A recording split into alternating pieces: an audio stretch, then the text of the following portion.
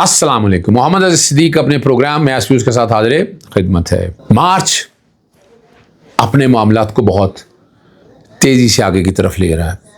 کچھ عدالتی موڈ تبدیل ہوتا میں دیکھ رہا ہوں. لاہور ہائی کورٹ تو اپنی جگہ ہے, اسلام آباد ہائی کورٹ بھی اپنا موڈ تھوڑا سا تبدیل کر رہا ہے, اس پہ گفتگو ہوگی. نواز شریف جو بیٹھے, شہباز شریف سوری جو ریلیف لیے بیٹھا تھا عمران خان کے اگینسٹ 10 ارب کے ہر جانے کا, اس میں بھی پیش رفت ہوئی ہیں بہت اہم. عمران خان صاحب سے ملاقات کے لیے جو میں بات کہہ رہا تھا, دیر کی چلیں درست کیا. عثمان خان صاحبہ نے ایک درخواست دائر کی ہے, چلیں پہلے اسی پہ بات کر لیتے ہیں. آج وہ درخواست دائر کی ہے عثمان خان صاحبہ نے. یہ اب لگتی یا نہیں لگتی یہ ایک علیحدہ ایشو ہے. یعنی کل کہا جائے گا جناب ملاقات کے حوالے سے, تو میں نے جو گزارش کی تھی جب میں کہتا رہا تھا کہ یہ صرف اور صرف ہسپتال کے کانٹیکس کے حوالے سے بات ہے. اب یہ کن کے پاس لگتی ہے, کل وہ اعتراض کریں گے جناب آپ جائیں ٹرائل کورٹ کے اندر. وہ ٹرائل کورٹ میں تو آلریڈی درخواست دی ہے, چاہے وہ اعتراض کریں گے جناب جو کیس ہے القادر توشہ خانہ والا, اس میں بھی آپ نے ہسپتال کا کہا ہے, اور بلکہ عمران خان صاحب نے خود کہا. تو یہ سوال بھی پیدا ہوگا یہاں. لیکن یہ معاملہ جو ہے ہائی کورٹ میں الٹیمیٹلی پہنچ گیا ہے اور دائر کر دی گئی ہے. اب لگتی ہے یا نہیں لگتی اس پہ میں کیا کہہ سکتا ہوں. سپرنٹینڈنٹ جیل کو فریق بنایا ہے, فیڈریشن آف پاکستان کو بنایا ہے, پروونس آف پنجاب کو بنایا ہے, میڈیکل آفیسر کو اور انسپیکٹر جنرل پریزن, ان سب کو فریق بناتے ہوئے یہ بات کی ہے.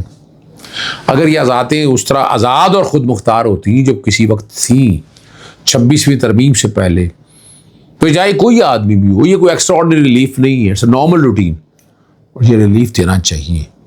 اب یہ ریلیف مل نہیں رہا, اور عدالتیں بے بس تو نہیں میں کہہ سکتا, لیکن کچھ ججز کی ٹرانسفر میں سن رہا تھا, پتہ لگا رک گئی اس لیے کہ یہ جو ایران پہ اوپر جنگ کے بادل چھائے ہوئے یا پاکستان کے اندر حالات خراب. لیکن ٹرانسفر والا ججز کو, یعنی جو ججز کام, بھی صاف سی بات ہے ٹرانسفر کا مقصد کیا ہے کہ جو ججز کام کر رہے ہیں اور کسی کی اگر وہ بات نہیں مانی جا رہی یا کوئی حکومتی بات نہیں مانی جا رہی ہے تو ان کو کارنر کر دیا جائے, وہاں معاملہ لے کے جایا گیا. جو میں اسلام آباد ہائی کورٹ کا موڈ تبدیل ہوتا دیکھ رہا تھا نا, وہ پبلک انٹرسٹ کا ایک میٹر ہے. یہاں میں نے بھی ریز کیا تھا, بڑی محنت کی اس میں نے یہاں. وہ اب کمال کی بات ہے, وہ محترمہ جو چیف جسٹس صاحبہ ہیں انہوں نے وہ لگا دیا جسٹس شہباز شریف صاحب کے پاس. وہ عموماً فوجداری کیسز سنتے ہیں, ان پر بہت پریشر ہوتا ہے, انٹیلیجنٹ آدمی ہے فوجداری کے حوالے سے, بہت زبردست ہے. ان کے سامنے لگا دیا. وہ سمپل سے ابھی کمنٹس مانگے ہیں, لیکن میں اسلام آباد ہائی کورٹ کی تعریف کروں گا آج چیف جسٹس صاحب کی. انہوں نے دیکھا نا پہلے دن ہی جب یہ 4 تاریخ کو جب یہ کیس سنا, انہوں نے بڑا اچھا ایک آرڈر پاس کیا. انہوں نے باقاعدہ یہ بروکن, ٹھیک ہے نا جی, انکورڈ مین ہولز مختلف سیکٹرز پہ انہوں نے کہا یہ بڑا گریو رسک ہے. انہوں نے جواب مانگا, وضاحت مانگی اس سارے ایشو کو سامنے رکھتے ہوئے کہ یہ چیز لے کر آئیں, اور یہ شہریوں کے جان و مال کے لیے خطرہ بن چکے ہیں. وہاں دوست ہیں ملک ظہیر ایڈوکیٹ, انہوں نے مجھ سے مشورہ کیا تھا, میں دیتے, لیکن میں صرف بتا رہا ہوں کہ وہاں کے کیا پوزیشن. پھر بہت سے لوگوں کو اعتراض رہے گا. اسلام آباد ہائی کورٹ بار ایسوسیشن کا جو وفد ہے وہ ایرانی سفارت خانے کا دورہ کیا. سیکرٹری بیرسٹر قاسم نواز عباسی کی قیادت میں یہ گئے وہاں پر, اور ایران کے سفیر ڈاکٹر رضا امیری مقدم سے ملاقات ہوئی ان کی, اور احصال ثواب کے لیے کتاب میں تاثرات درج کیے. یہ بڑی بات ہے, جاننا سب کو چاہیے, لیکن جب ہم چلیں اگر یہ بھی گئے تو یہ ایک اچھا سائن ہے. سپریم کورٹ میں 10 ارب کا جو شہباز شریف کا ایک دعویٰ ہے, اس میں حق دفاع ختم کر دیا گیا تھا عمران خان صاحب کا. عمران خان صاحب کو پتہ ہے گولی لگی تھی پاؤں میں, اس حوالے سے یہ چل رہا ہے. جسٹس عائشہ ملک کی جو ہے نا بنیادی طور پر بینچ, ان کے سامنے سماعت ہوئی, اور بڑی واضح طور پر بتایا کہ جو وکیل ہیں جو وہ لنڈن میں ہیں, صحیح ہے نا, آئندہ ہفتے تک مطلب کر. اور اس پر جسٹس عائشہ ملک صاحب نے ریمارکس دیے کہ آج درخواست گزار کو سن لیتے ہیں, آئندہ سماعت پر دوسرے فریق کو سن لیں گے. اور جسٹس ہاشم کاکڑ نے کہا کہ عدالت نے کئی مرتبہ عمران خان کو جواب کے لیے وقت دیا تھا, اور 4 سال بعد دعوے کا جواب جمع کرایا گیا. کہ اتنی تاخیر کے بعد بھی عدالت سخت حکم جاری نہ کرے. جسٹس اشتیاق ابراہیم نے ہدایت کی کہ نظر ثانی کے دائرہ اختیار کو بھی دھیان میں رکھ کر دلائل دیے جائیں. اب اس پر ہمارے جو وکیل ہیں بیرسٹر علی ظفر نے موقف اختیار کیا کہ اصل مسئلہ عمران خان کے زخمی اور ہسپتال میں ہونے کا تھا، تاہم سپریم کورٹ کے فیصلے میں زخمی ہونے کے نقطے پر کوئی رائے نہیں دی گئی۔ انہوں نے کہا کہ ماضی میں کیا وہ عمر نہیں رکھتا، اصل بات یہ ہے کہ بیان حلفی جمع نہ کرانے کی وجہ کیا تھی۔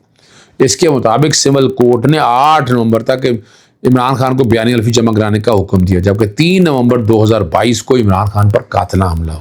اب اس پہ علی ظفر جو کہتے ہیں کہ عدالت نے 8 اور 17 نومبر کی سماعتوں کے دوران عمران خان کے زخمی ہونے کو تسلیم کیا، مگر 22 نومبر 2022 کو رائٹ آف ڈیفینس یا حق دفاع وہ ختم کر دیا، اور موقف یہ خطا کیا کہ یہ کوئی سزائے موت کا مقدمہ نہیں ہے جس میں دفاع جو حق دفاع جو ہے بحال کر دیا جائے، اور سیکیورٹی خدشات اور باقی باتوں کا انہوں نے یہ ساری سی بات عدالت نے باقی جو ہے نا اس کیس کی سماعت جو ہے وہ 12 مارچ کے لیے ملتوی کر دیے، اور حکم امتناع تو پہلے ہی کا دیا ہوا ہے۔ عمران خان صاحب یاد ہوگا پاناما کیس سے پیچھے ہٹنے کے لیے 10 ارب کی پیشکش کا دعویٰ کیا تھا، اور شہباز شریف نے 2017 میں عمران خان کے خلاف ڈیفیمیشن یا حد کی عزت کا یہ کیس کیا تھا۔ اب ایک بات بڑی واضح آ رہی ہے اور بین الاقوامی دنیا میں بات اٹھ رہی ہے، وہ ایمان مزاری اور ہادی علی جٹھا کے حوالے سے بات ہے۔ اپیلوں کی جلدی سماعت کی درخواست جو ہے نا دوبارہ دائر کی گئی ہے، جس میں استدعا کی گئی ہے کہ کالی سماعت کے لیے مقرر کیا جائے۔ اسلام آباد ہائی کورٹ نے اس عذر جگایا کہ 7 درخواستیں مقرر نہیں کی گئی تھیں، چیف جسٹس صاحب نے ابھی تک یہ اپیلیں کسی بینچ کو یعنی ارسال نہیں کی، ماخ نہیں کی، اور گزشتہ ہفتے جسٹس آصف نے حکم دیا تھا کہ فائلیں ماخی کے لیے چیف جسٹس کے سامنے پیش کی جائیں تاکہ دوسرے بینچ کو منتقل کی جائے، لیکن کئی دن گزر گئے، لیکن اس کے باوجود جو ہے اب یہ جو جسٹس آصف صاحب نے تو بھیج دیا، اب جہاں کہاں پڑی ہے یہ وہاں دیکھنے کی باتیں ہیں کہ وہاں آپ اس کو کس طرح سے لے کر چلتے ہیں۔ آخری بات کی طرف چلتے ہیں، اور وہ بڑی ایک تکلیف دہ بات ہے، یہاں ہم اکثر ذکر کرتے رہتے ہیں لاہور ہائی کورٹ کے اندر گریویس ریڈیسل کمیشن جو بنائے، جو کمیٹی بنائے، اس نے انصاف کے دروازے کافی حد تک بند کر دیے۔ پہلے آپ نے دھکے کھانا ہے، پھر دوبارہ واپس آنا ہے، اور کتنے عرصے کے لیے آنا ہے، یہ بڑی مزیدار باتیں ہیں۔ مثال یعنی پہلے آپ 15 دن وہاں کھائیں گے، آپ پھر آگے پھر ڈائریکشن دیں گے کہ آپ ڈیسائیڈ کریں، اور یوں اس طرح ایک بندہ جو ہے رولنگ سٹون کی طرح سے ادھر ادھر بھاگا پھرتا رہتا ہے۔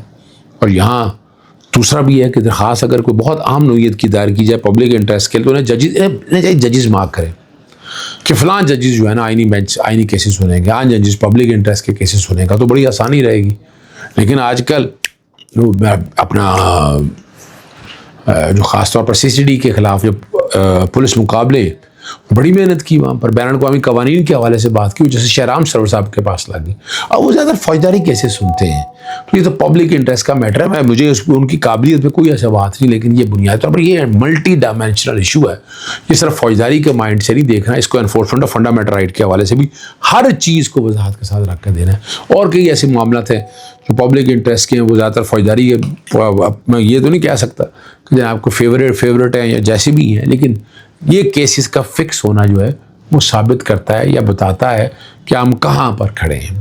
اور ایران میں یاد رکھیے گا سب دکانیں کھلی ہیں، مال سے بھری پڑی ہیں، سبزیوں کی دکانوں پر تازہ سبزی اور پھل کی دکانوں پر تازہ پھل موجود ہے، پیٹرول پمپس پر لمبی قطاریں نہیں لگیں، لوگ افراتفری میں نہیں ہیں، اور حالات پرسکون ہیں۔